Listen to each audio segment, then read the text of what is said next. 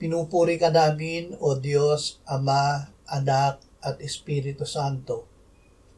Salamat, Ama, na ibinigay mo sa amin si Jesus na iyong anak, na namatay para sa aming kasalanan, iyong muling binuhay, iniakyat at iniluklok sa iyong kanan sa langit.